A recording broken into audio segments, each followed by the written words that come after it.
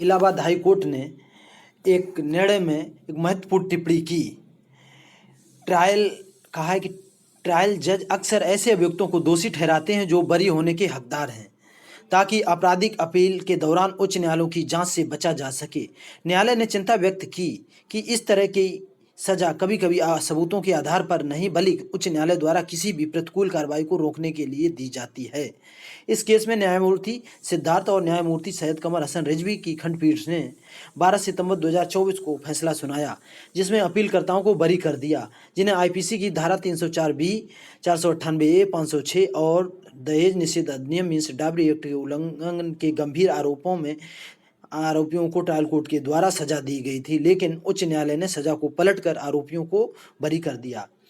न्यायालय ने कहा कि ट्रायल जजों को अक्सर यह आशंका रहती है कि अक्सर वे आरोपियों को बरी करते हैं, तो खासकर दहेज हत्या के मामलों में, तो उन्हें उच्च न्यायालय से जांच या अनुशासनात्मक कार्रवाई का सामना करना पड़ सकता है।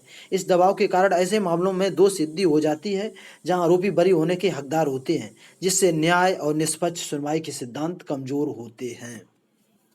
चूँकि इसमें मामला क्या था साथियों, इसमें मामला ये था कि एक दहेज हत्या का मामला बनाया गया और उस दहेज हत्या को जो कि पूरा फाल्स था, और उसमें जो है पूरा ट्रायल हुआ। ट्रायल होने के फेस किया एक्यूज्डों ने, उसके बाद उन्हें सजा हुई थी, जबकि वो केस ही फाल्स था।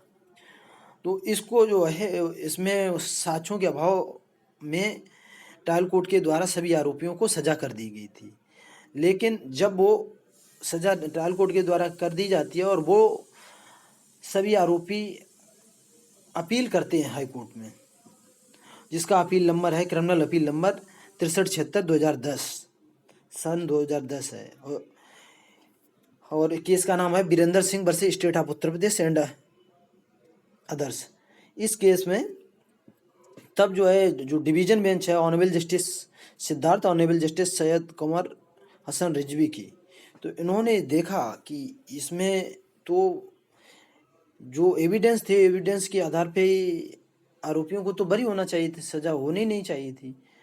तो तब उन्होंने इस केस में आरोपियों को बरी किया और इसमें एक खास टिप्पणी दी। इस टिप्पणी से ट्रायल कोर्ट जो हैं उनको एक सख्त मैसेज दिया है कि आप जो है इस तरह कार्रवाई ना करें, तो आप स्वतंत्र अवस्था में as a natural justice legal scientific reason के बेस पे आप कार्रवाई करें। जो ऑन ट्रायल कोर्ट में ऑन ट्रायल जो मटेरियल आता है, जो एविडेंस आते हैं, उन पे आपको एक्शन करना चाहिए।